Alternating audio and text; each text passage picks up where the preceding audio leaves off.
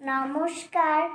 আজকে শোনাবো কবি অরুণ সরকারের লেখা আসল রাজা।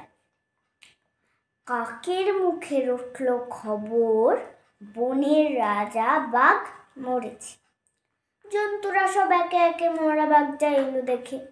কেউ বলল আহা উহু, কেউ বলল বাঁচা গেছে। কদিন পরে বলল সবাই বাঘ মরেছে। বনের একটা রাজা তো চাই, কে তাহলে রাজা হবে?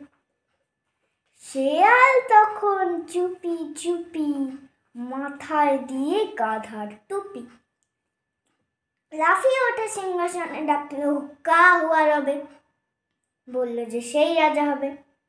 ভালুক বলল এই বাবা, ওখান থেকে নাম এক্ষুনি। রাজা হব এই কথাটা ফের যদি তোর মুখে শুনি, একটি চড়ে আক্কা পাবি, হুক্কা হুয়া ভুলে যাবি। বাঘ নেই তো ভালুক আছি, বাঘের পরে আমার দাবি।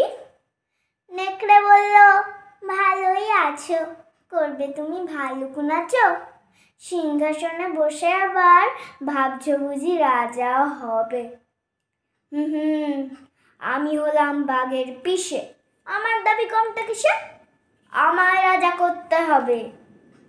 হায়না বলল হাসাস নে আর, পিসে কথা ঠিক নেই তার, উনি এলেন পিসে মশাই।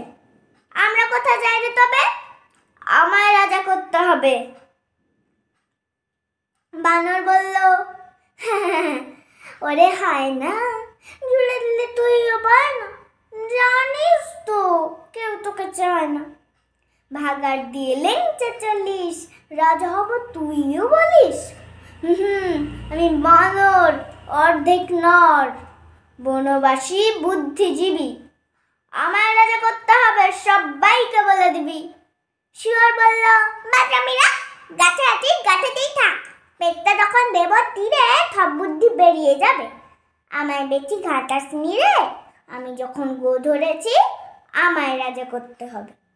সবাই চেঁচা গো ঘ্যাক ঘ্যাক গো ঘ্যাক ঘ্যাক, বুনতুল পার হট্টগোল। বাদুড় তখন উঠল বলে ঝুলে ঝুলে দেখছি সবই, সবাই ভাবছিস রাজা হবি? শিয়াল কি আর দেখছিস কেউ?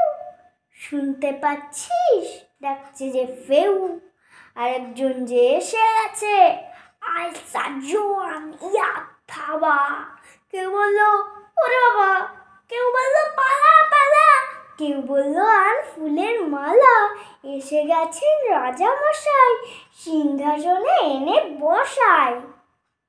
আমাদের তো রাজা সাজা, বাঘই হচ্ছে আসল রাজা। নমস্কার, ধন্যবাদ।